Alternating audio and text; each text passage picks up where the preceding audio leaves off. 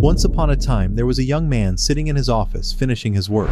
As the time to leave approached, his colleagues invited him to go with them, but he said, "I'll stay a bit longer. I still have some work left, and besides, no one's waiting for me at home." He sat for a while, completing his remaining tasks, then gathered his things and left the office. On his way home, a car hit him, and he died instantly. Suddenly, the young man found himself in another world. He was now an infant, cradled in the arms of an old man beneath heavy rain. As the years passed, the boy grew up and was named Shin.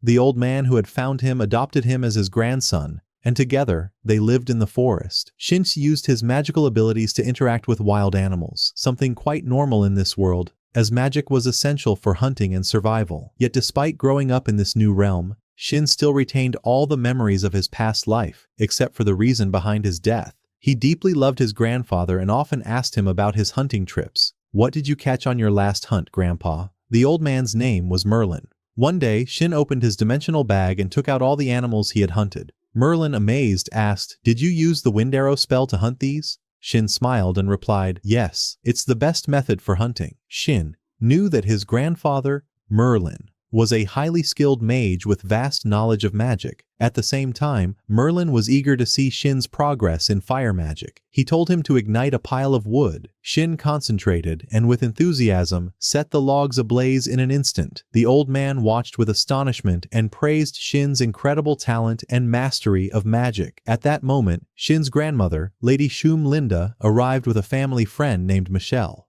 Merlin turned to Shin and said, "You shouldn't rely solely on magic, you must also master the art of combat." Shin's eyes sparkled with excitement. However, when Shum Linda discovered that Shin had gone hunting alone, she shouted in anger, calling it a reckless and dangerous act for a child his age. Shin replied confidently, "There was no danger at all. I used the magical tools we crafted together." Unable to respond, the grandmother exclaimed in disbelief, "Good heavens! What kind of world lets an 8-year-old child go hunting alone?" With innocent honesty, Shin said, "This one." Her anger flared even more, and she yelled at Merlin, "You fool!" Merlin calmly reassured her, "Relax. You know how talented and powerful he is in magic. The forest is like a backyard garden to him." Then, with a teasing smile, he added, "From now on, I'll double your combat training, Shin."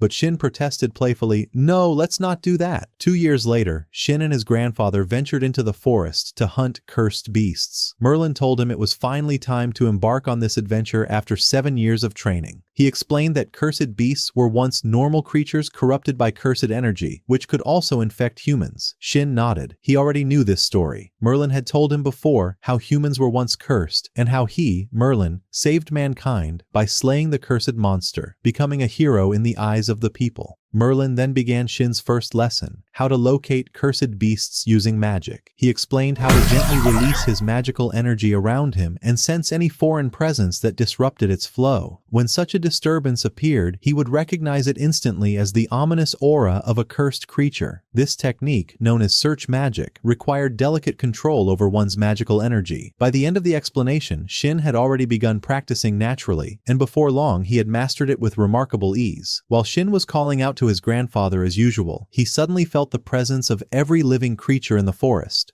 along with a strange, ominous energy surrounding them. The old man said calmly, "That is the cursed energy of the monsters." Without hesitation, Shin rushed toward the source of that energy. There, he found a gigantic bear, a cursed beast. With incredible speed, he leapt toward it, swinging his sword with immense power. In a single strike, he beheaded the monster, erasing its existence completely. The sight left his grandfather utterly astonished. Shin turned to him and asked, "Grandfather, what do you think?" Merlin replied, "You did your best, Shin. That was excellent." Filled with excitement, Shin's eyes gleamed with pride for having slain his first cursed beast. Then Merlin asked, "What kind of enchantment did you place on your sword during that battle?" Shin smiled faintly. He had actually invented a new magic spell of his own.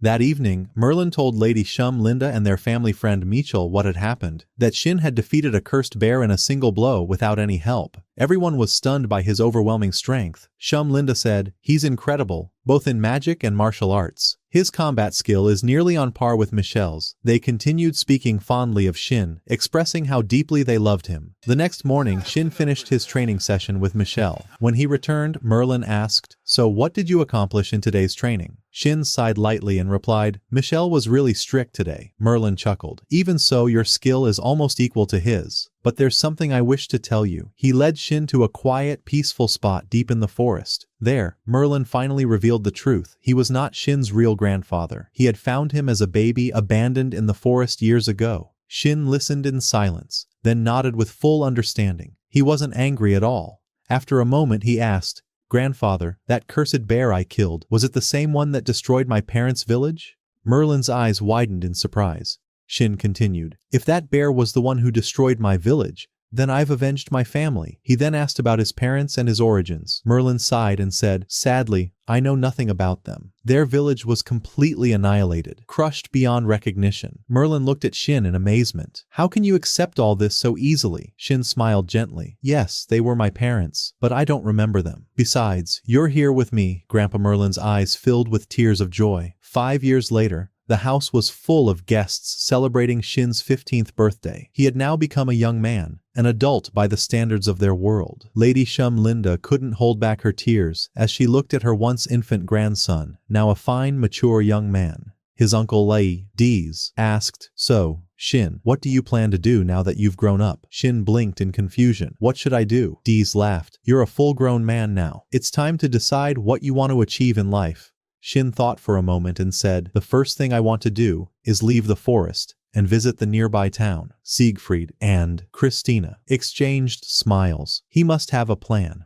right? They discussed that since Shin had trained under Michelle, he could either join the royal organization or become a cursed beast hunter. Curious, Shin asked, "What's a cursed beast hunter?" A merchant named Tom explained, "There are people known as cursed beast hunters. They hunt those evil creatures and receive great rewards for each successful mission." Siegfried nodded. "Is that so? So this is the first time you're learning all this?" Shin replied innocently, "Yes, uncle. I've seen them before, but I didn't know what they were called." Siegfried grinned. "You could also become a magical tool merchant, using your spellcraft to enchant items, and since you're handsome, you'd stand out in town for sure." Shin laughed softly. "You know, you're right. I just realized I should start thinking about money now that I'm an adult and responsible for myself." Tom stared at him in disbelief. "Wait, what? Don't tell me you've never been to a marketplace before?" Shin replied honestly, "No, I haven't. I don't know anything about currency or trade."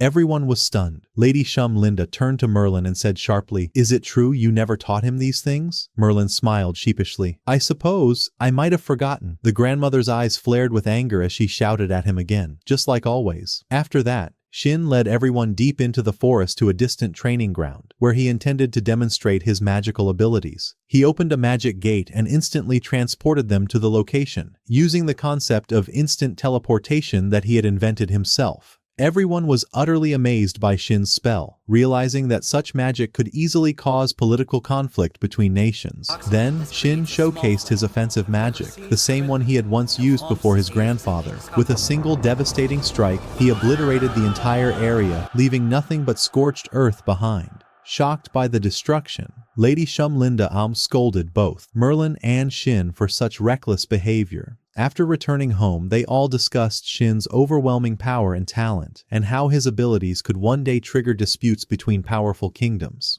The family then debated the best path for Shin's future. Uncle Dees suggested that he should enroll in the Royal Magic Academy of their kingdom. Shin looked puzzled and asked, "Your kingdom? What do you mean? Aren't you just Uncle Dees?" Dees smiled gently and said, "My name is Dees, and I am the king of this nation." Both Chris and Sieg confirmed it, explaining that they were the royal court mages serving His Majesty, forming part of the royal guard, while Michelle was a retired commander of the knights.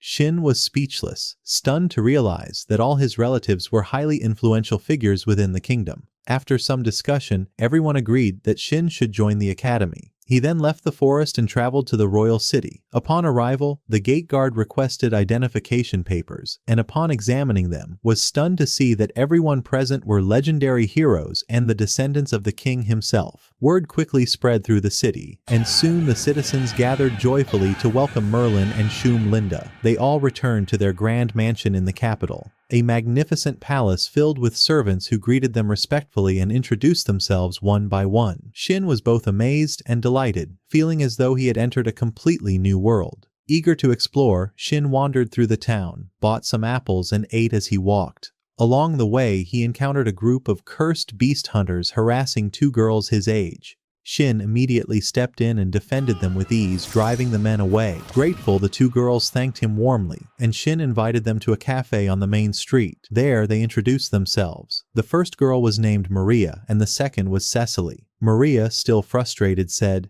"If only we were better at using magic, we could have beaten those jerks ourselves." Shin tilted his head and asked, "Are you students at a magic school?" Maria replied, "We're applicants for the Magic Academy. We passed the entrance test and will be attending next month." Shin smiled. "I'm also taking the Academy's entrance exam." Maria's eyes widened in surprise. "With all your combat skill, you still want to become a mage?" Cecily added, "We thought you were training to be a knight." Maria continued, "The hero and the heroine arrived in town a few days ago with their grandson. You're lucky. You'll be attending the same academy as him this year." Shin froze for a moment, realizing they were talking about him. Unsure what to say, he simply smiled awkwardly and laughed, choosing not to reveal the truth. After chatting for a while, he bid the girls farewell and left. The day of the entrance examination finally came. Shin stood before the list of names, searching for his assigned location, when an arrogant boy approached him and sneered, "Get out of my way, trash!" Shin ignored him at first, lost in thought, until the boy rudely placed a hand on his shoulder. In an instant, Shin grabbed his arm and threw him to the ground effortlessly. Furious, the boy shouted, "How dare you? Do you even know who I am? I'm Cart Ritzberg, the son of a count and a noble of this kingdom." Shin calmly replied, "Nice to meet you. I'm Shin." Everyone around burst into laughter. Cart's face turned red with anger as he yelled, "I'm the heir of the House of Count, you idiot!" and was about to attack Shin again, when suddenly, the prince was intervened. The prince stepped forward and said firmly, "That's enough, Cart. Step aside." Shin looked at him curiously and asked, "And who might you be?" The prince replied, "I am Prince Aug Orel Sahida E." Shin thought for a moment, recalling what he had learned from his family, then said in surprise, "Wait, you're Uncle Deese's son. So that makes us cousins, right?" Aug smiled. "Exactly." Everyone present was stunned by how casually Shin spoke to the prince. Then the examinations began. The written test was completed first, followed by the practical magic test. The instructor ordered the students to cast their spells at designated targets. Most of the spells were weak, yet the students seemed proud of their performance. Meanwhile, Shin stood silently, astonished by how feeble their magic truly was. Then came Shin's turn. The instructor told him that the king had requested he control his power as much as possible. Shin grew tense and asked, "Did Uncle Diz tell you everything about me?" Then he nodded and replied respectfully, "Understood." He cast his spell, unleashing a blaze of blue fire that obliterated the target and the wall behind it. The instructor was stunned, and the students were left speechless at the sheer force of Shin's magic. That evening, the instructors gathered to discuss the exam results, all agreeing that Shin's power was extraordinary. He had achieved the highest score in this year's entrance examinations. Later, the students went to collect their uniforms and magical equipment. The supervisor informed Shin that, as the top student, he would be giving a speech to the new class. Shin panicked and asked, "How can I do that when Prince Aug is here?" He tried to avoid it, but eventually agreed. At that moment, Cecily and Maria noticed a respectful yet friendly interaction between Aug and Shin, leaving them astonished about Shin's true identity. Meanwhile, Kurt fumed with resentment, furious that Shin had ranked first. Later that night, Shin took out his school uniform and began modifying the magic woven into it. Using a more advanced set of enchantments, he erased the original spells and replaced them with his own. When the enchantments glowed perfectly, he smiled with satisfaction. Suddenly, his grandmother entered the room, shocked at the magical disturbance. When she saw what Shin had done to his uniform, she was furious. The next morning, Shin's grandfather and grandmother accompanied him to the academy for the entrance ceremony. His grandmother warned him not to tell anyone about the modifications he made to his uniform, and he obediently replied, "Yes, ma'am." Soon after, the heroes and the heroine of the kingdom arrived at the school, welcomed with great excitement. Then Prince Augarel Strom approached Shin, smiling. "Why are you so nervous? Don't worry about the speech. You'll be addressing the whole academy, including my father, the king, and the noble families. Nothing to be nervous about." Aug continued laughing at Shin's anxious expression, prompting Shin to mutter, "You're only teasing me because I got the highest score, aren't you?" Moments later, Cecily and Maria entered the hall as Shin's name was called. The instructor announced his full name, and both girls froze in awe, realizing that Shin was the grandson of the heroes. Filled with pride, they smiled as Shin stepped onto the stage and began his speech before the entire academy. Watching from the crowd, Kurt nearly exploded with anger and jealousy. The following morning, a new teacher entered the classroom and introduced himself, saying he had once been the head of the magic department and would now be in charge of their class. After the lesson, Maria whispered to Shin that Cecily wanted to tell him something important. Cecily explained that Kurt had been harassing her, using his father's influence, and she didn't know how to stop him. Just then, Kurt stormed in and shouted at Cecily for standing with Shin. Shin calmly stepped forward, but Cecily snapped back at Kurt, shouting for him to leave her alone once and for all. Shin's anger flared, and he was about to strike Kurt when Prince Og intervened, pulling Kurt away and warning him that he would report everything to his father, the king. Kurt, red with rage, left in humiliation as usual. Cecily thanked Prince Og sincerely, and from that day, the three became friends. Shin then told them they needed to be cautious from now on and invited them to his home. Cecily and Maria were overjoyed. Visiting the home of the legendary heroes was a dream come true. Prince Og decided to accompany them as well, mentioning that his father, the king, would also be there. At that moment, the prince's escorts, Thor and Julius, appeared and informed him they would join too. Together, they all set out for Shin's home. When Shin finally returned home, his grandfather and grandmother asked him why he was so late. Shin introduced his school friends and told them everything that had happened. Then he mentioned to his grandmother that he planned to rewrite the enchantments on Cecily's uniform to strengthen its protection. Everyone was surprised by his words, and the grandmother said to Cecily, "What Shin intends to do for you is of great importance. His idea to ensure your safety is admirable. Do you truly believe you deserve such kindness?" Cecily grew nervous. Shin interrupted, saying, "Grandma, why are you making this such a big deal?" But she snapped back, "Silence. Do you even understand the value of what you're doing? Once enhanced with Shin's enchantments, that uniform would be worthy of being classified as a national treasure. It would be priceless." Then she asked Cecily again whether she thought she deserved it. Cecily shook her head, tears filling her eyes, and said, "I don't deserve it. I only took advantage of Shin's kindness to help me." She began to cry uncontrollably, apologizing to everyone and insisting she would solve her problems on her own. As she turned to leave, the grandmother stopped her. "You'll let Shin finish what he started," she said firmly. So Shin did. He enchanted Cecily's uniform, and even placed the same protective magic on his friends' uniforms as well. Before they departed, Shin explained that he would help them travel safely from his house to the academy using his magic gate. Everyone was astonished when he demonstrated the teleportation spell, revealing the deep forest home where he had lived all his life. The next morning, Shin escorted Maria and Cecily to school to ensure their safety. Upon arrival, they met their classmates, including a cheerful girl named Alice who arrived precisely on time. Maria looked at her and asked, "What's with you? Everyone's late on the first day, and you're exactly on time?" Alice laughed nervously and replied, "I couldn't sleep last night because I was so excited, so I ended up napping just this morning." Maria sighed in disbelief. "Really? You're such a child," Shin muttered to himself. She actually is a child. But in this strange world, 15 years old counts as an adult. The teacher then entered the classroom and began the day's first lesson. Afterward, he guided the students around the academy, showing them all the facilities and explaining the departments and fields of study available. He then encouraged the students to form their own clubs and activity groups. When Shin asked about which group he should join, Prince Og joked, "Come on, you're the ultimate prodigy.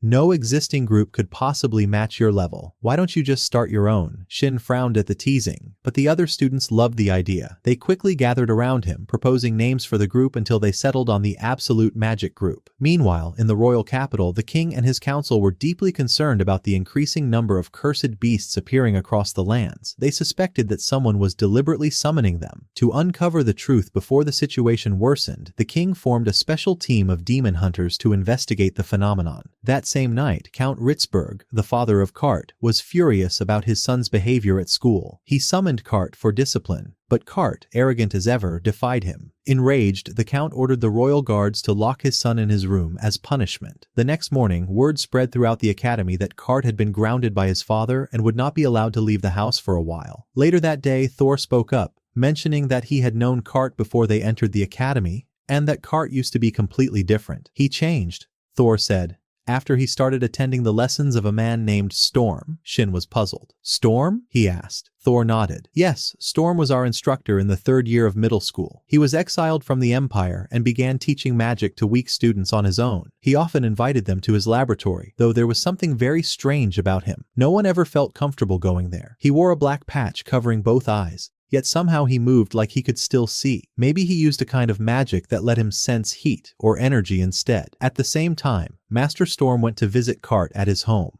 There, he met Cart's mother, who thanked him for coming and tearfully asked for his help in taking care of her son, as Cart was no longer acting like himself. Master Storm gently reassured her not to worry and promised that he would talk to Cart and understand what was going on.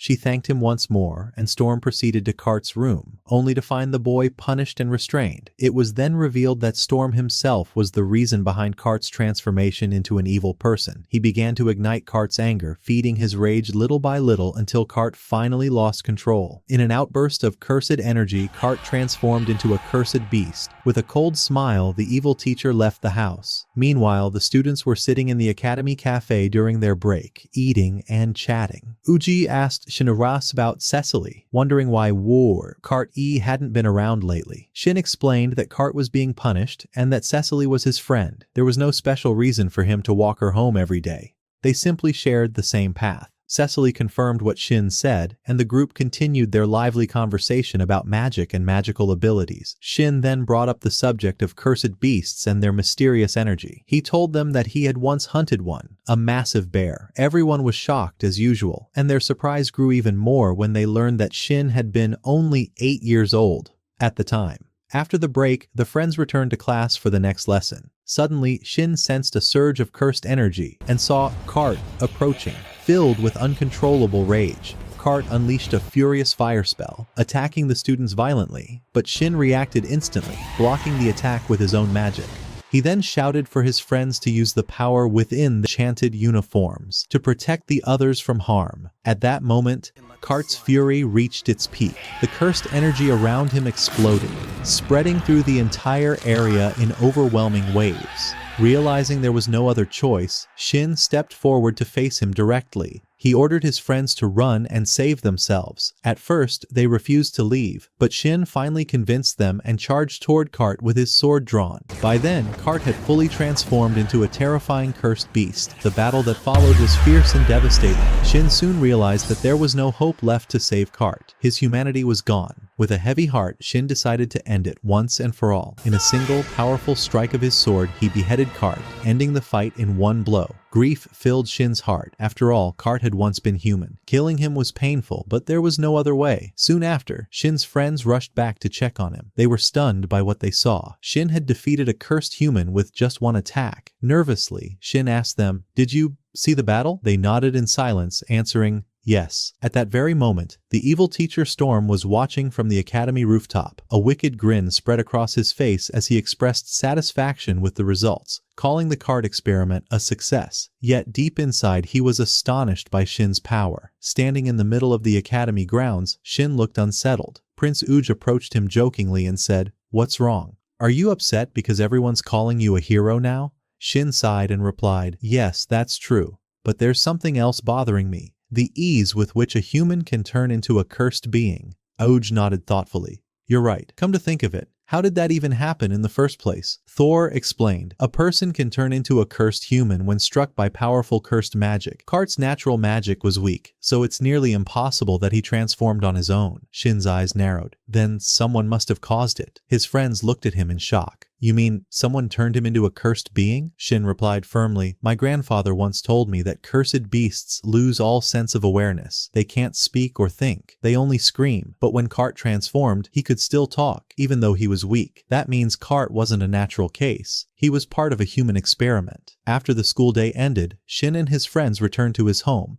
where the king was already present. The king said, "You arrived just in time." At that moment, one of the royal guards greeted Shin and thanked him for his bravery in defeating the cursed human who had posed a grave threat to the kingdom. He then informed Shin that he would be personally awarded the first Medal of Merit by the king himself. Shin was shocked, while his friends rejoiced at the news. However, his grandfather and grandmother grew tense and said to the king, "This was not part of the agreement. Did you not promise that you wouldn't involve Shin in political affairs? What is the meaning of this?" The king replied calmly, "When the first cursed human appeared, your efforts saved the kingdom from great peril. Now, another one has emerged, and Shin was the one who defeated him. The entire nation has already learned of his heroism. Thus, it is only fitting that he be rewarded for his deeds. The grandparents, though uneasy, accepted the king's reasoning. The grandmother sighed and said to Shin, "You troublesome boy, you're always getting yourself into something. I don't know what to do with you anymore." Shin smiled and replied, "Wait. This time I didn't do anything wrong." The next morning, the news spread throughout the kingdom and everyone became enamored with the hero Shin.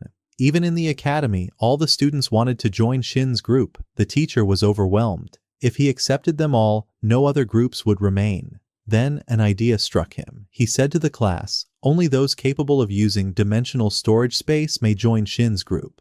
The students were stunned, realizing how high that requirement was. Meanwhile, in the royal palace, the king convened a meeting with his council, explaining the growing danger of humans transforming into cursed beasts. He made it clear that the recent surge of monsters was no coincidence, and that someone was orchestrating it. The king ordered 2 of his most trusted aides to investigate and resolve the issue swiftly. Later, the scene shifted to the academy's main hall, where 2 new students joined Shin and his companions. Shin asked, "Did Teacher Alfred grant you permission to join us?" The boy introduced himself as Mark, whose family owned the most renowned blacksmith shop in town. The girl beside him was Olivia, Mark's neighbor and childhood friend, whose family ran Brick Oven, one of the most famous restaurants in the kingdom. Shin then asked Mark about sword forging, and together they discussed creating a new blade for Shin with the specifications he desired. Meanwhile, royal investigators visited Kart's back home to examine the incident before moving on to question Teacher Storm. One of the questions they asked was about his missing eye. Storm explained that he was born into a noble family in the empire but lost in a power struggle for leadership. He was exiled from his house and lost his eye when a family member attempted to assassinate him. During the conversation, Storm expressed deep sorrow for what had happened to Kart, which raised the investigators' suspicions. They then asked for his cooperation, and he agreed to accompany them.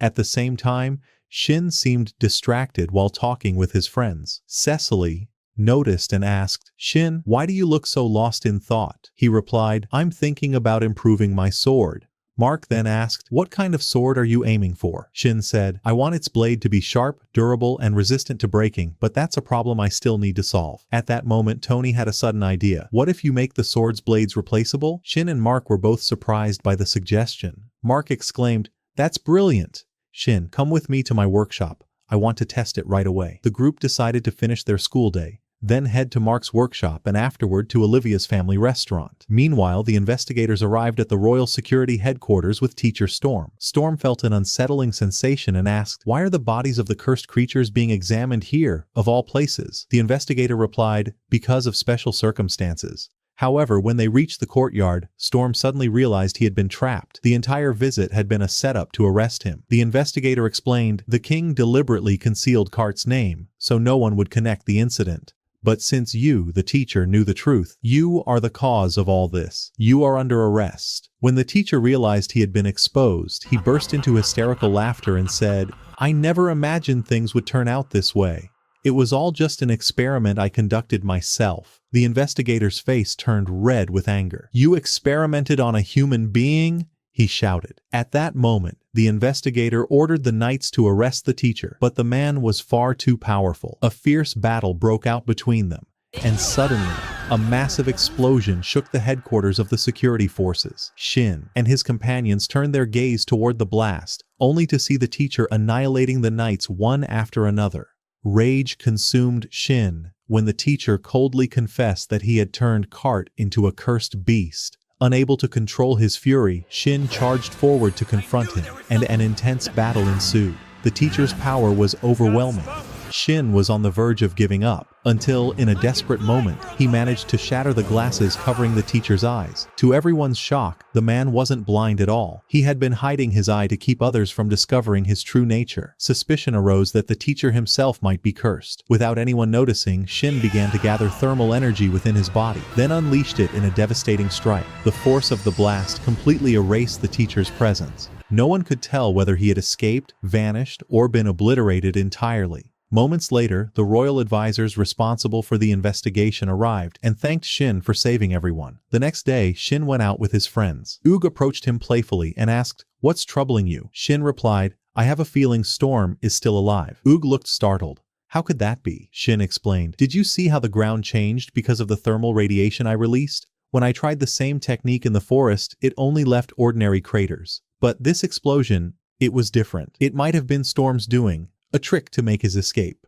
So he's alive after all, Aug said seriously. In that case, when we visit the blacksmith's workshop, choose whatever sword you want. Don't worry about the cost. We'll cover it as members of the royal family. You're the only one capable of facing Storm, so we must equip you with the best weapon possible. The group arrived at the blacksmith's forge, where Mark and Olivia greeted them warmly. Mark led the group inside, calling out to his father. The old blacksmith was astonished to see the prince, the grandson of two legendary heroes, standing in his shop. They requested that he forge a custom weapon for Shin, tailored to his own design. The blacksmith was honored. Crafting a weapon for such a hero was the greatest privilege he could imagine. Shin then described the sword's specific requirements in detail. Meanwhile, in the imperial palace of the police empire, a mysterious figure named Zest appeared before the emperor. He suggested that the empire take advantage of the chaos caused by the appearance of cursed beasts in the kingdom of Earl Sahide to launch an invasion and seize control of the land. Back with Shin and his friends, after completing their errands, Shin told Cecily he would make her a ring imbued with protective magic. He kept his promise and crafted it himself. Then came the day of the awards ceremony. Shin was visibly nervous as the royal knights escorted him to the grand hall, which was filled with nobles and citizens alike. There, King Dees presented him with the first order of merit for his bravery. The following day, Shin, exhausted from the previous night's festivities, walked to the academy alongside Cecily and Maria. When they opened the door of the house, they found a huge crowd of people eager to meet the new hero. To avoid the chaos, Shin decided to use a magic portal to teleport directly to the academy. In an instant, he appeared in his classroom, and his friends soon followed through the gate, asking what had happened. Shin explained that he simply wanted to avoid the fans gathered outside his home.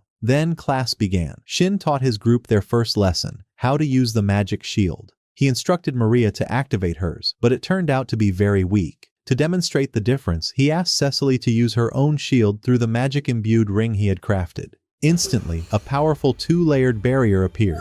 Far stronger than anything his friends had ever seen, they soon realized that the shield's strength depended entirely on how much magical energy each person could control. After that, Shin tells them he will show them the magical power he has mastered so they can understand what he means. He then unleashes his magic with an overwhelming and terrifying pressure so intense that most of his friends collapse to the ground under its force. He tells them that if they cannot properly control their magical power, they will never be able to advance their levels in magic. He adds that from now on, their training will focus entirely on controlling magical energy. The scene then shifts to Master Storm, who is injured, while his assistant speaks to him about the state of the Imperial Army. It is revealed that Zest is the man working under Storm's command and is acting on his orders. Meanwhile, Shin returns home through the portal with Cecily, Maria, and the rest of his classmates. His friends are completely stunned when they find themselves standing before his grandfather and grandmother, the two legendary heroes. Shin explains to them that he has started guiding his classmates in their training. The grandfather then speaks to Shin and his friends about magic, saying that everything is possible through understanding, the very principle Shin himself follows in his magic. The next morning, Shin is at school when one of his friends arrives looking exhausted from her intense efforts to master magic. He advises her to rest because overexertion could be dangerous, but she replies that he need not worry since her father is a royal court magician and they have a specialized room at home for magical training. Later, the friends head to Mark's father's workshop where they discover that he has completed Shin's weapon. Shin is impressed by both the quality and the speed of the work. He tests the new weapon with great excitement, clearly delighted with the result. Then they go upstairs into the house where Maria greets them saying, "You finally made it?" Shin replies,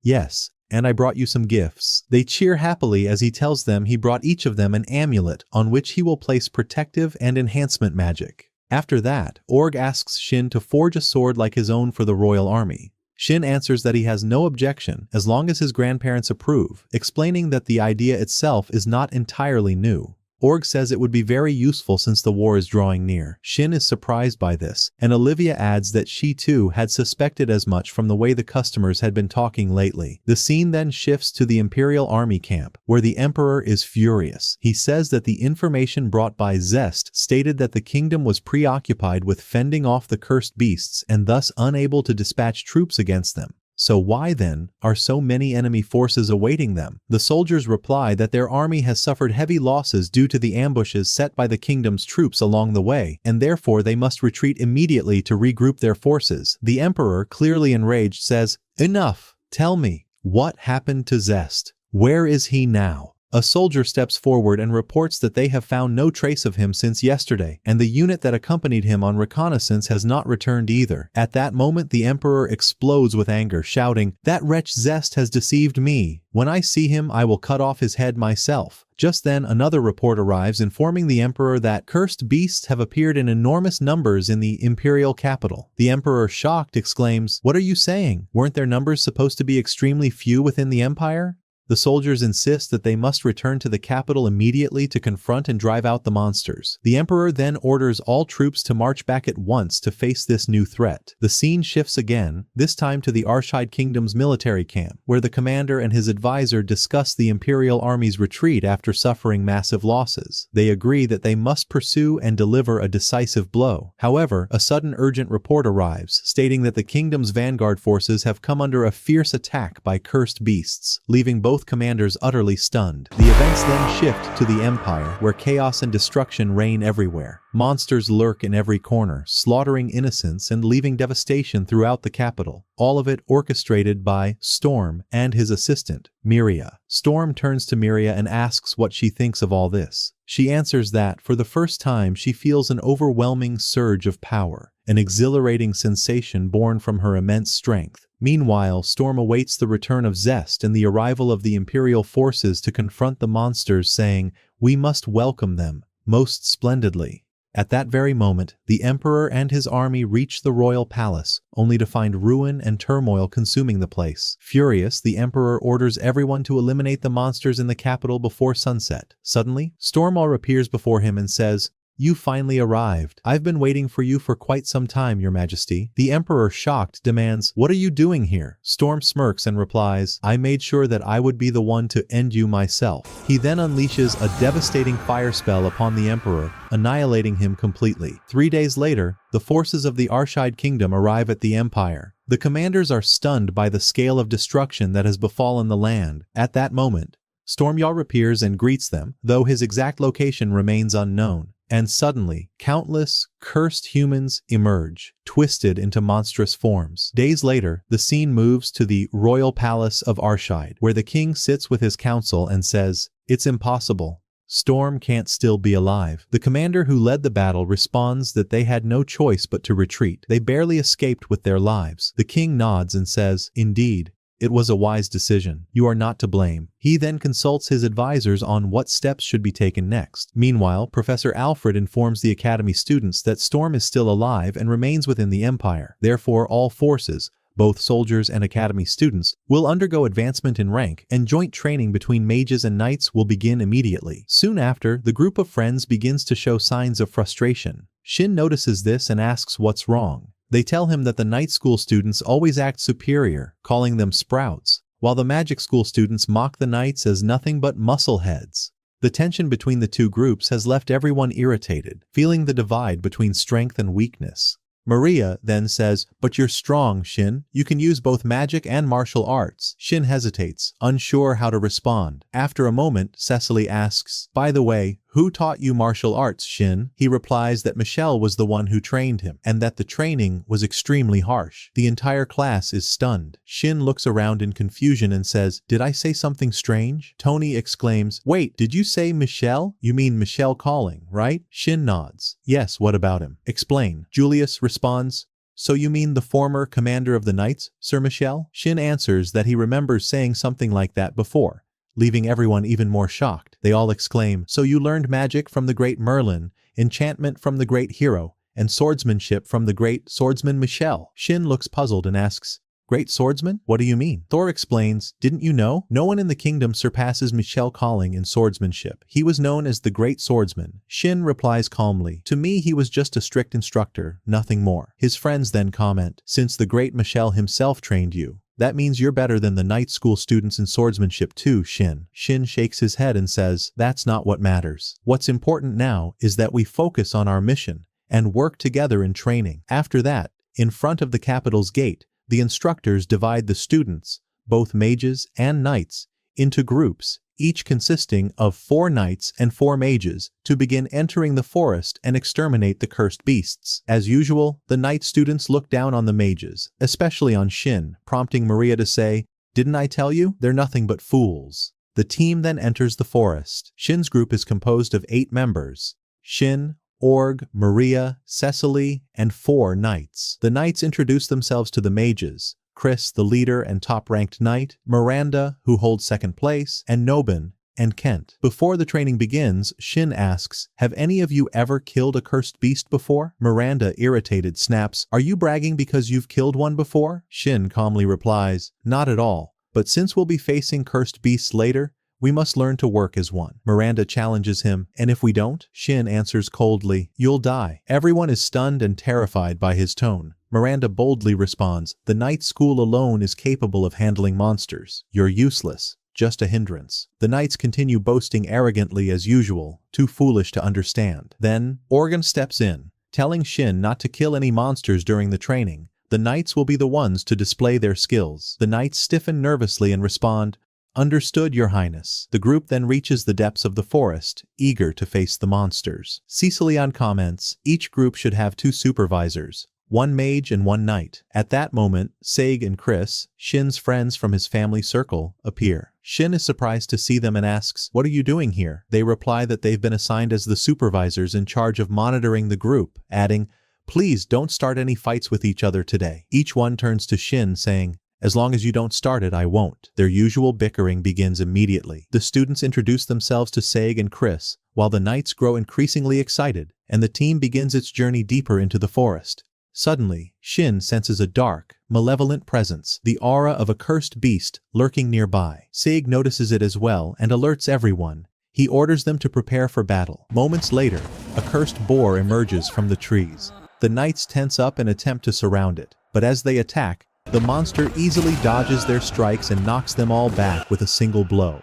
Just as it's about to kill them, Shin swiftly draws his sword and, in a flash, charges forward, delivering a single, decisive strike that decapitates the beast instantly. The knights are left speechless, stunned by Shin's overwhelming power and his ability to defeat the monster in one blow. Chris then turns to the knights and says sternly, "That beast was a weak, mid-level type. Look at how you behaved earlier. You always think you're the best just because you're from the night school, but in truth, you're useless and far too weak. You should have been cooperating with your team and learning to fight together properly." Cecily then uses healing magic to treat everyone's injuries, and the group continues their training. Suddenly, another cursed beast appears. Shin channels his magic and warns Seg, "There are a lot of them." Seg replies, "I know." Moments later, another group of students rushes in, shouting to Seg and his team, "Run! There are too many, more than 100 cursed beasts heading this way." Shin turned to Sieg and said, "I'll take care of all these monsters myself." Sieg nodded confidently. "All right, I'm counting on you." Cecily's face tensed with worry. "That's impossible. Shin, you can't fight all those cursed beasts alone. It's far too dangerous." But Sieg and Chris both replied calmly, "This is child's play for Shin." At that moment, Shin gathered all his fury into a blazing surge of magic.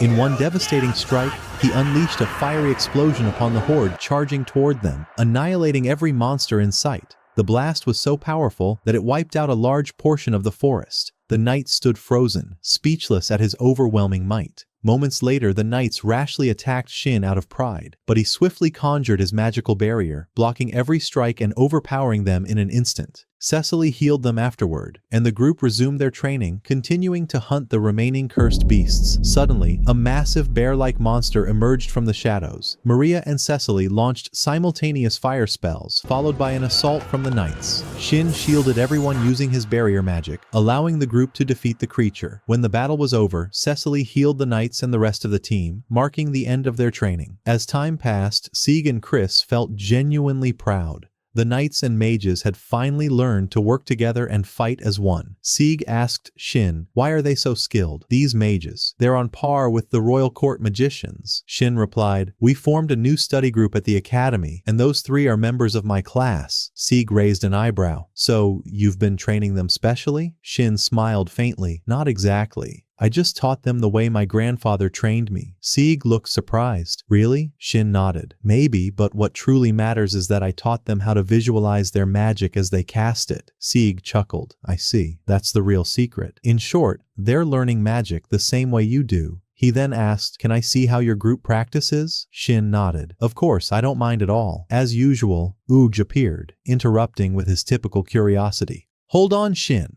Remember, your ideas will eventually fall under royal supervision. The king promised to make sure nothing happens without consent. After training ended, everyone gathered to share their experiences with Shin. Then Uge made an announcement. Every member of the Ultimate Magic Group, except Shin, would be placed under national supervision after graduation, potentially forming a special unit under his direct command. The friends were thrilled, realizing they had become one of the most important combat units in the kingdom. They eagerly asked Shin to teach them even more advanced magic, and he gladly agreed. A few days later, Shin took his team to a vast open field for more training. Their power was truly astonishing.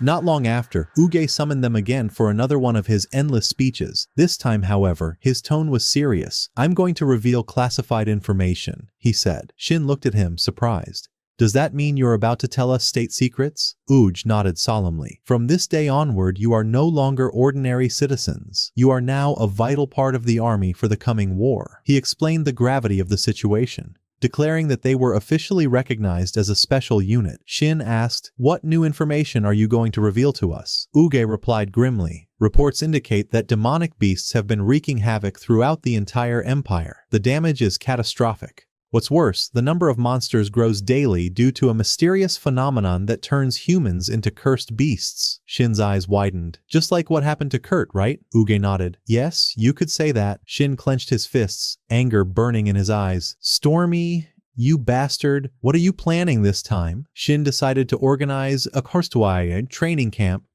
for his team. Everyone was thrilled by the idea, and they planned to hold it during the summer vacation. They agreed that the training would take place in the same area, but the lodging would be at Cecily's family house in the Hot Springs region. When Shin told the idea to the grandfather and grandmother, they agreed, on the condition that there would be proper supervision. Everyone prepared to head for the camp, and the students were overjoyed when they discovered that the two heroes would be joining them. On the way, the team encountered a group of monsters, and they decided to confront them. The battle began, and the team drew lots to determine who would go to eliminate the monsters. A girl from the group won the draw and astonishingly defeated all the monsters with a single effortless strike. The grandfather and grandmother commented, "The children's level has improved rapidly and remarkably." Later, the team arrived at Claude Town, Cecily's homeland. Everyone was amazed to see that the entire town was filled with hot springs. They finally reached Cecily's house, where she warmly welcomed them. The servants came out to greet the guests, and soon everyone went inside to relax in the hot springs. The next morning, the grandfather began training the youngsters in magic, giving them instructions that helped their skills develop at an incredible rate. Then the grandmother took over, teaching them about magic tools and magical inscriptions, leading to great improvement in their performance. Shin felt proud as he watched their progress. Afterward, Shin took the students to the training grounds to practice spellcasting. The grandfather and grandmother noticed significant progress, but Shin warned them, saying, "You'll face great difficulties when battling cursed beasts." The grandmother replied, "That is indeed a global crisis." Shin nodded and said, "Yes, we all must become stronger, even me." His friends were astonished by his words, feeling both awe and fear. Then Shin unleashed his magic attack. Everyone activated their magical shields to protect themselves from its immense power. As usual, Shin visualized his spell, releasing an incredibly powerful strike, a devastating blast that destroyed everything in its path, including mountains and surrounding terrain. Shin rejoiced at his successful attack, but the grandmother scolded him harshly for his recklessness. He immediately apologized, and she said, "That's enough training for today. Let's head back home." Afterward, Og asked Shin to take him through the magic gate to the royal palace to gather new information about the cursed beasts. Shin replied, "All right, no problem." As soon as they entered the palace, Og met his fiancée, Ellie, who was furious at him for being constantly busy and neglecting her. Shin greeted her politely, and Og asked, "What brings you here, Ellie?" She snapped back, "You left me here with your sister Mi." Then she turned to leave for the camp. At that moment, Mi also appeared, equally upset that she hadn't been taken along. She wanted to meet the two great heroes herself. Surprised, Og exclaimed, "Why are you two here as well?" Ellie replied firmly, "We've decided to go with you to the camp." August protested stubbornly, "Over my dead body. I will not allow it. No force on earth can make me take you there." At that moment they brought the matter before the king, who said, "What is the problem with taking them along?" And so, the final decision was made. They would go with them. This time, Shin felt delighted on Aug's behalf since it was usually Aug who annoyed him on every trip. Afterward, they strolled around the town, enjoyed some food, and later returned to the house where Cecily welcomed them warmly and thanked them for coming. They spent their days at the camp training, playing, and having fun. One morning during training, Cecily approached Shin and asked him to meet her father before he left for work, since they were soon to be engaged. Shin agreed immediately, and together they went to see Cecily's father. They discussed the details of the engagement, and her father approved everything, filling the room with joy while Cecily blushed deeply in embarrassment. The scene then shifted back to the camp, where everyone continued training with determination and full energy. Ellie was astonished by the immense magical power radiating from Shin's friends during their attacks. Shin laughed lightly and said, "I think that's enough warm-up." Ellie was stunned. "Warm-up? Are you planning to blow up the world or something?" she exclaimed. Just then the grandfather appeared and asked Ellie and me, "What do you think of what you're seeing? Don't you want to try magic yourselves?" Ellie replied, "I have nothing to do with magic at all." But me, full of excitement, eagerly agreed. The grandfather began teaching her the basics of magical control, and to everyone's surprise, her attempt succeeded. Overwhelmed with joy, me smiled brightly, and the grandfather and grandmother both commented, "You're excellent for your age, and it seems you have the potential to become a powerful mage." The scene then shifted to the imperial capital, where destruction covered every corner. The city had become uninhabitable. A storm turned to Miria and asked, "Tell me, what's the current situation?" She replied, "Because of the attacks on the trade convoys, all cities of the empire are suffering from a severe shortage of resources. The people have fallen into deep despair." Astorm smiled wickedly and said, "If that's the case, then the time has finally come to execute our plan." We returned to the friends, still training tirelessly.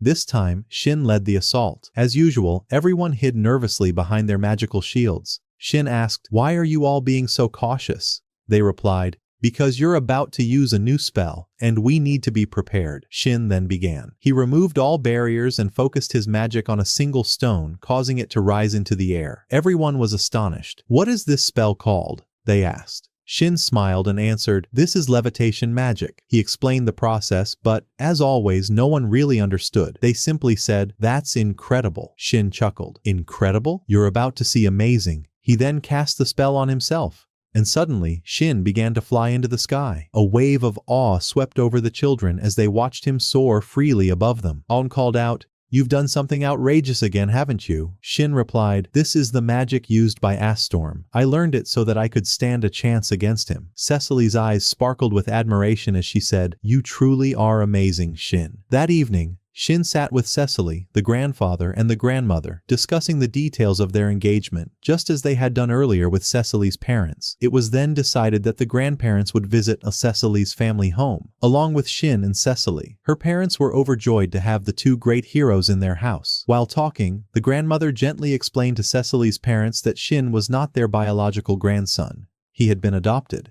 She felt it was important they knew the truth. Cecily's father nodded in understanding, explaining that their approval of the engagement was based on Shin's respect and care for Cecily, not because he was the grandson of the great heroes. Cecily's mother agreed wholeheartedly. They both thanked Shin for his sincerity, and he promised them earnestly, "I will always protect Cecily with all my strength." Then Shin's team began preparing for their training session. Everyone wore the new team uniform, and Shin explained that the clothes were perfectly tailored for each of them and imbued with his strong defensive magic, enhancing their abilities and offering powerful protection. One of them asked, "So this uniform is classified as a national treasure?" Shin nodded in confirmation. He then warned them that today's training would be difficult, as it involved facing high-ranked cursed beasts. The team felt a little anxious, but he reassured them that their level had risen significantly. Muddy Mio and Avoeli felt disappointed that they couldn't participate, so Shin decided to cheer them up. He gave them a magical communication device to contact him remotely and told them to practice using it until he returned. However, when the grandmother discovered the device, she became very angry and scolded Shin harshly. Afterward, they headed to the training grounds. Cecily suddenly sensed the presence of a massive and powerful creature, an upper-ranked Cursed Lion. Shin quickly divided the team into groups and ordered the first group to attack the beast. As soon as the monster approached, they unleashed a combined magical assault so powerful that the lion was completely obliterated, and the entire area was devastated by the force of their attack. The team was astonished by how easily they had defeated such a high-level creature. Motivated by excitement, each member began facing other beasts individually and successfully annihilated every monster they encountered. The atmosphere was charged with enthusiasm, and Shin felt proud and genuinely happy with their progress. Later, August Brewer approached Shin and said, "My friend, I'm really looking forward to your engagement ceremony." Days passed, and the long-awaited day finally arrived. Shin put on his formal suit, while Cecily wore her elegant dress. Accompanied by her mother, she entered the hall where the ceremony began. Everyone was filled with joy, and even the king attended the celebration. After the engagement, the whole team learned levitation magic. They joyfully practiced it, flying freely through the sky. Shin's ability to teach them such a spell amazed everyone. Then they used wind magic to maneuver more easily through the air, and Shin praised their skill. Mi, filled with excitement, said she couldn't wait to try that magic herself. Soon after, Shin used a newly crafted microphone-like device to communicate with them, and asked everyone to descend from the sky. His friends commented on how useful this tool would be in the future, and Thor remarked that it could come in handy during the prince's coronation ceremony. Mi, impatient and eager, shouted cheerfully, "Come on!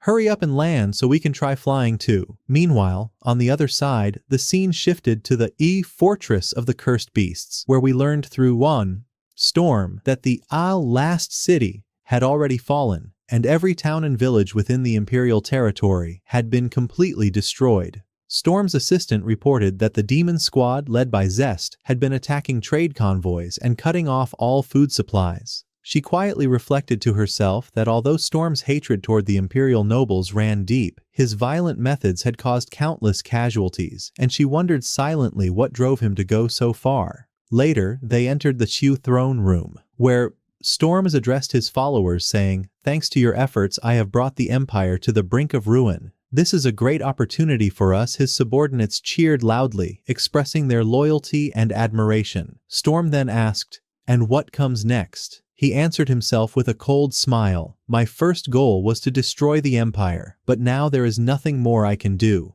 His followers were shocked. "We must continue and seize the surrounding lands," they urged. Storm replied, "Why must we bother with such tedious work?" They protested, "With our vast numbers, we could establish our own kingdom of the cursed beasts." Storm looked at them indifferently and said, "You are free to pursue your ambitions, but you have no right to impose your will on me." At that moment, one of the followers declared, "Fine. Then I'll act on my own." Storm smirked and replied, "Why didn't you do that from the start? In any case, your choice has nothing to do with me." He then addressed the rest saying, "You too are free to do as you wish. I will not stand in your way." After one of his followers left, Storm's deputy asked cautiously, "Are you certain about letting them go?" Storm answered calmly, "Yes, my goal has already been achieved. They can do whatever they please now." At that moment, Storm's assistant asked, "Why do you hold such hatred toward the Empire? I've heard that you were once a duke within it, and that it would have been easy for you to attain the position of Emperor." Storm replied, "Haven't I told you before? In any case, since you've brought it up, I'll tell you the story. My name was Oliveira 2 years ago.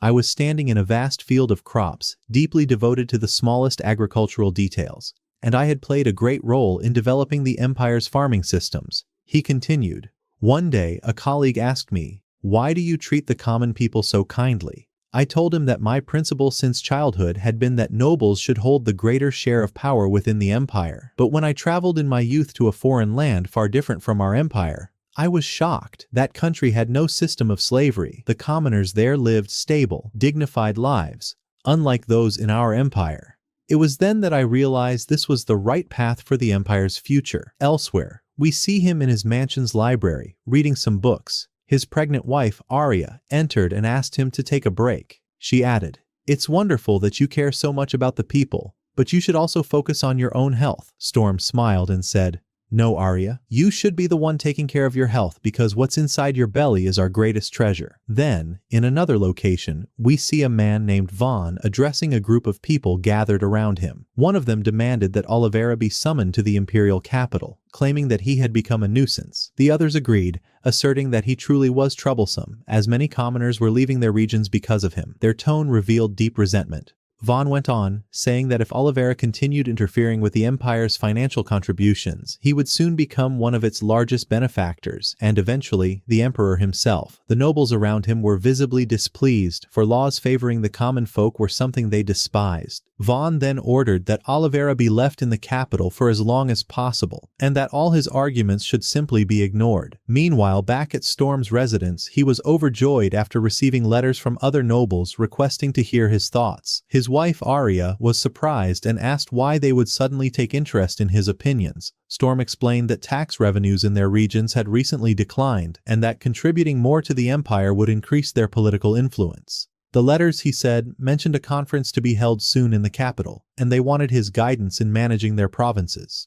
Arya asked whether he was sure about their intentions, adding that some nobles might be plotting something against him, believing he held significant sway over imperial affairs. Storm reassured her, saying, "Don't worry, you know I'm very powerful in magic. No one can touch me. When I was young, I spent a long time hunting cursed beasts. Nothing of that sort could ever trouble me, nor could they harm me easily." His wife chuckled and teased him. "A long time? You mean that 1-month hunting trip?" He smirked, told her to stop teasing, and they both laughed together. When he left for a business trip later, Arya watched him from the window, silently praying for his safety. In a nearby village, word spread of a missing person, the third such case recently. The victims were always women and children, and the problem wasn't isolated. Similar disappearances were happening across nearby regions. Around that time, a military police unit arrived from the capital to discuss the recent kidnappings with the villagers. The townsfolk were shocked to hear that the abductions were real. The officer hushed them and revealed that their information suggested the kidnapped were being sold as slaves. He asked the villagers if they had heard anything related to such trafficking. Then, the truth came to light. It was all part of Vaughn's coding plot to frame Oliveira. His first step was to kidnap women and children from several villages, creating suspicion around Oliveira. Then he sent fake soldiers disguised as imperial officers to accuse Oliveira of being behind the abductions. Naturally, Oliveira was away at the time, unable to defend himself. The people argued among themselves, uncertain of what to believe. During this turmoil, Oliveira decided to return home after a long absence to see his wife. But by then, Vaughn had already set his deadly plan in motion. He placed several kidnapped women into a carriage and marked it with Oliveira's name. He then ordered local farmers to capture the carriage, thus beginning the execution of his cunning scheme. At that moment, the farmers erupted in anger and decided to burn Storm's house to the ground. They rushed toward his home, and upon arriving, they set it ablaze. The fire devoured every corner of the house, killing his wife and leaving no survivors, except for Oliveira himself. When he arrived and saw the inferno consuming his home, he was struck with horror. Searching desperately for his wife, he found her lifeless. In utter despair, he screamed, "Is this how you repay my kindness? You've killed my wife. And my unborn child," the farmers shouted back. "But you're the one who kidnapped the women from our village." Oliveira froze in disbelief, realizing that everything had been a setup against him. Rage overtook his heart, and he swore to destroy the kingdom and everyone within it.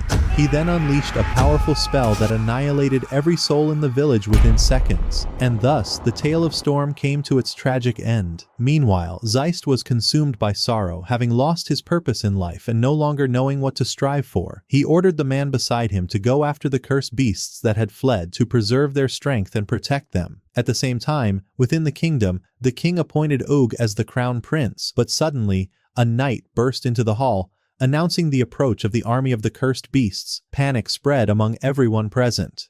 Everyone except Og, who raised his voice and reassured them that he could handle the situation. He reminded them that there were elite teams trained specifically to fight these monsters, all under the supervision of Shin, the grandson of the two legendary heroes. Then Shin stepped forward and addressed the crowd. "Do not fear. Nothing will harm you while we stand guard." The audience erupted in applause and cheers, comforted by the presence of powerful sorcerers who could protect them.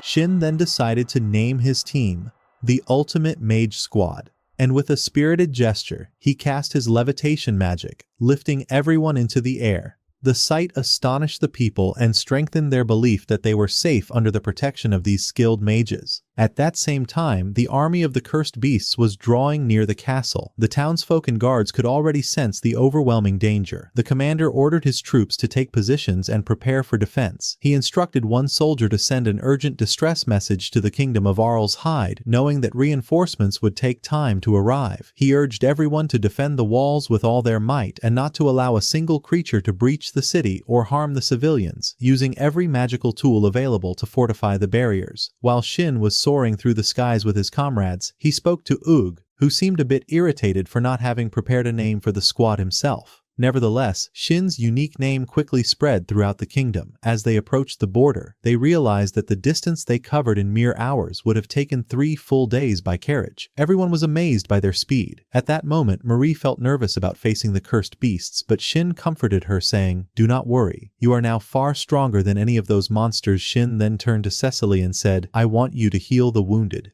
before ordering the rest of his comrades to stand ready to repel the cursed beasts with all their strength, prepared to meet the coming battle with courage and determination. Meanwhile, in the kingdom of Swide, a terrified woman ran desperately through the streets, clutching her young daughter as a pack of cursed beasts pursued them. She tried to flee with every ounce of her strength, but the monsters closed in, attacking with savage ferocity. Surrounded and overwhelmed, she fell to her knees, trembling as the child cried in terror. The woman pleaded with the beasts to spare them, but her cries fell on deaf ears, for they were intent on killing her. Just then, Shin burst onto the scene with one of his companions. With a single strike, Shin blasted one of the monsters backward nearly 4 meters. The enraged beast snarled, "Do you think a mere human can harm us, the cursed ones?" It then unleashed its magic in a violent counterattack, but upon seeing Shin gather his immense power, the creature faltered in fear. In an instant, Shin ended the battle with one decisive blow, annihilating the monster completely. He smirked and muttered, "So,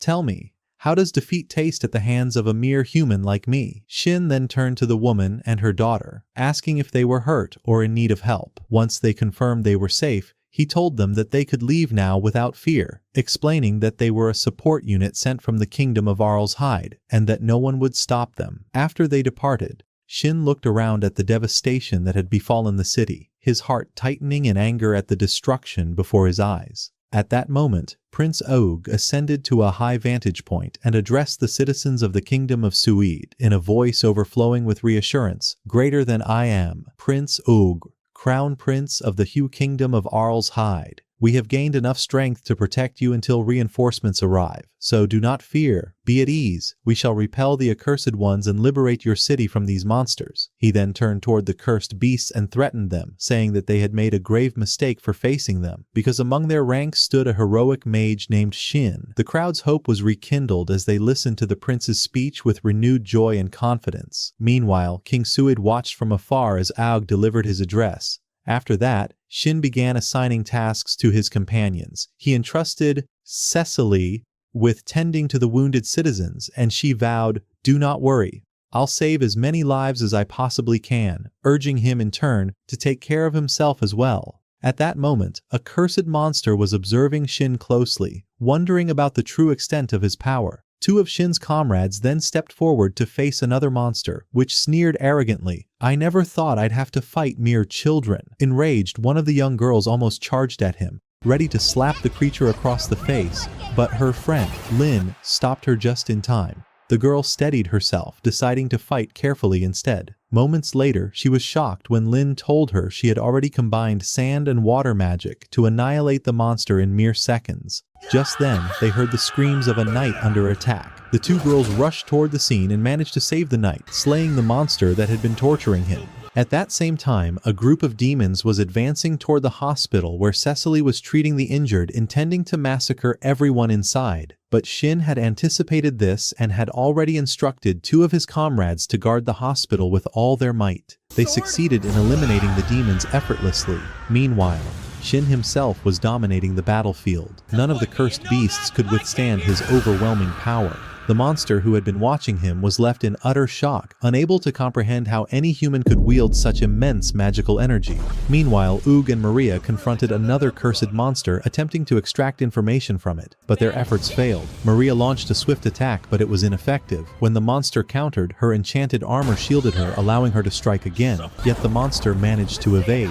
At that moment, Oog approached Maria and suggested they attack together. They unleashed a relentless, coordinated assault, shattering the monster's magic barrier and cracking its body until it could no longer resist. From afar, King Suid felt a measure of relief upon seeing the battle nearing its end in favor of the heroes. "It seems the fight is almost over. We've won," he murmured to himself. Observing from a distance, Zest witnessed Shin's incredible power and decided to withdraw all cursed monsters. However, Mira refused to retreat and chose instead to face Shin directly. The portal before her vanished instantly as she shouted defiantly, "Let's see what you humans are capable of." The scene then shifted to Cecily, who was still treating the wounded citizens. Despite their great number, she managed to tend to them all. Suddenly, a strange woman arrived, begging her to save her husband, who was gravely injured. Without hesitation, Cecily rushed to help him, determined not to abandon anyone in need. At that moment, Shim marveled at Mira's immense magical strength, while one of the knights pointed out that her power was on an entirely different level from anyone else on the battlefield. Just then, the two young girls intervened, deflecting an attack aimed at Cecily, and ordered the surrounding soldiers to retreat immediately, warning them of the dire consequences if they didn't.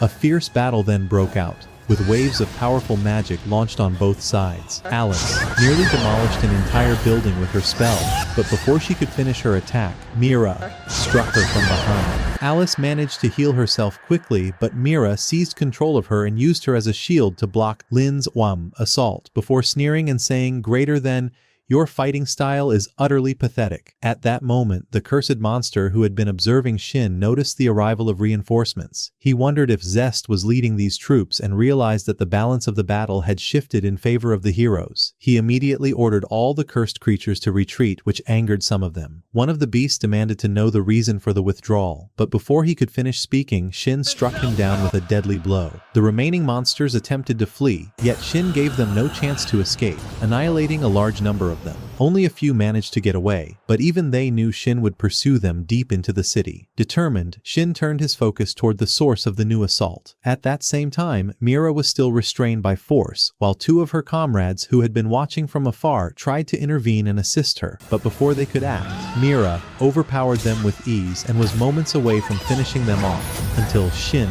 suddenly appeared before her, ordering her to stop at once. When he saw his friends lying on the ground in pain, rage flared within him, and he vowed to make Mira pay. Meanwhile, Lin regained consciousness and warned him, "Be careful, Shin. This girl is no novice in magic." To which Shin replied confidently, "Don't worry, Lin. I'm not a novice either, as you well know." He then turned to Yuri, instructing her to take care of the others, before launching his attack on Mira. At first, Shin held the upper hand in the fight, but Mira quickly adapted and exploited every opening she could find. When she noticed some of Shin's friends trying to assist him, she took advantage of the distraction and unleashed a devastating attack on them all at once, then attempted to flee. However, Shin, unwilling to let her escape after everything she had done, activated his enhancement magic and gave chase. In that moment, Mira resolved to detonate the entire area, destroying everything within it. One of Shin's companions quickly erected a protective barrier around the group, shielding them from the blast. When the attack subsided, everyone was safe,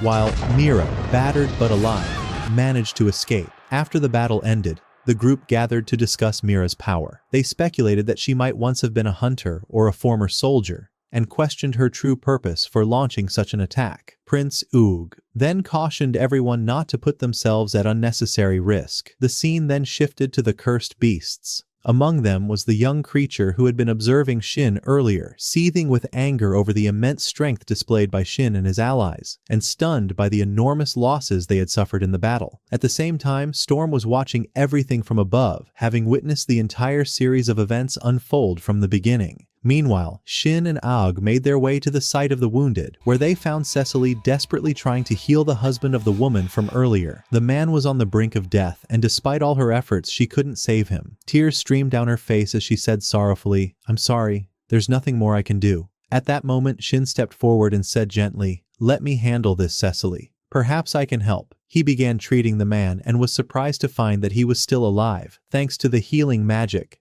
Cecily had already used. With focused precision, Shin worked to heal the man's injuries, and soon his breathing stabilized. When the woman heard the news, she wept with joy and thanked Shin deeply for saving her husband's life. After some time, Shin and his companions headed to meet King Suid, where they sat with him for a while. During their conversation, Prince Aug Ansriu asked the king about something he couldn't quite understand regarding the recent cursed beasts attack. He pointed out that some of those same creatures had appeared during the Empire's assault, yet had not been seen afterward, which led Oog to believe that the entire attack had been a distraction and that there were no other assaults occurring elsewhere. He then expressed his desire to form an alliance between the two kingdoms to establish a unified battlefront. The king agreed, replying, "Very well, we'll discuss this matter further." Shortly afterward, Shin and his companions returned to their homeland, where they were greeted warmly by the citizens and royal guards alike. Later, Oog met with his father and reviewed the incident report together. As they sat in the royal chamber, the king recalled that King Suid had already proposed such an alliance. Ao then requested permission to personally handle the diplomatic negotiations with other nations, saying, "I am both a prince and a member of the Magicians' Guild. It will be easy for me to sit at the negotiation table." His father accepted the proposal without hesitation. Meanwhile, Shin spoke with his grandfather and grandmother, who encouraged him to accompany them and explore the world at his own pace. At that moment, the story shifted to the O Kingdom of Beasts, where Storms addressed Zestor and the rest of his subordinates, saying, "Did I not warn you before? I told you to leave Shin alone." They bowed and apologized for their actions, but Storm simply smiled and said, "Why apologize? I wanted you to do exactly that from the beginning." Afterward, we witnessed the king bidding farewell to his son Aug, and Shin saying goodbye to his grandparents. Once the goodbyes were complete, Aug turned to Shin and said, "It's time." Without hesitation, Shin invoked flight magic, lifting them both into the sky in an instant. And thus, our story with our hero Shin comes to an end. I hope you enjoyed it. Don't forget to hit the like button, subscribe to the channel, and activate the notification bell to stay updated with all the upcoming legendary videos. I wish you all a life filled with happiness. Farewell, legends.